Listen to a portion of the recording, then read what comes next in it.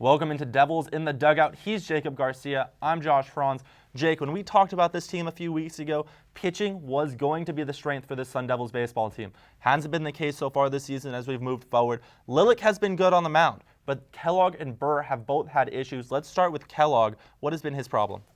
Well, Ryan Kellogg hasn't been able to get out of the first inning in any of his starts this year. Against UC Irvine last Friday, he allowed 5 singles in the first inning that resulted in 3 runs. Now, he would settle down through 4 consecutive scoreless innings, but his day would end in the 6th inning when he would allow 10 hits on 4 runs. So it's not so much about establishing the strike zone for Ryan Kellogg. He's always been a pitcher that's been able to do that. It's about locating pitches so he doesn't get tagged for so many hits. Right, you hear about bad command from pitchers all the time, and normally that comes in from balls and strikes, but in his case, he's just finding the barrel of the bat. He's got to mix up his pitches, he's got to put more movement on him and just find those corners. Is that the same problem that Burr is having also? Well, Burr's problem is that he's just erratic. He's all over the place in the strike zone, hasn't been able to get his fastball under control. Now, it's one thing for him as a closer last year to be able to come into the game for 1 inning, blow hitters away, not really have to locate his fastball as well as he does now. But as a starting pitcher, you have to be precise,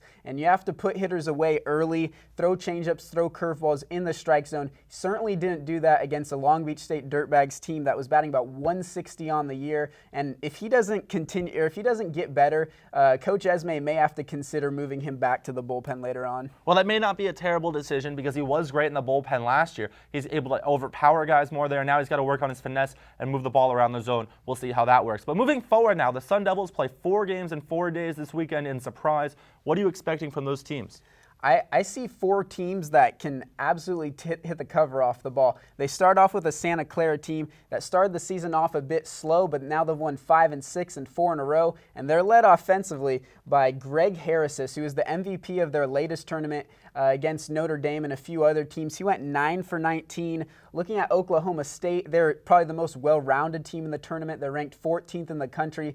Top to bottom, their offense is absolutely loaded, and their pitching staff is phenomenal too. Their top 3 starters are 5-0. So this is really gut check time for ASU baseball. We're going to really see how good this team is in these next upcoming games. Right, it's great to have these battles, these tests coming early in the season before Pac-12 plays, so the Sun Devils know where they stand, know what adjustments need to be made going forward. Should be a great weekend out in Surprise. But that'll do it for us. For Jacob Garcia, I'm Josh Franz. We'll see you next week.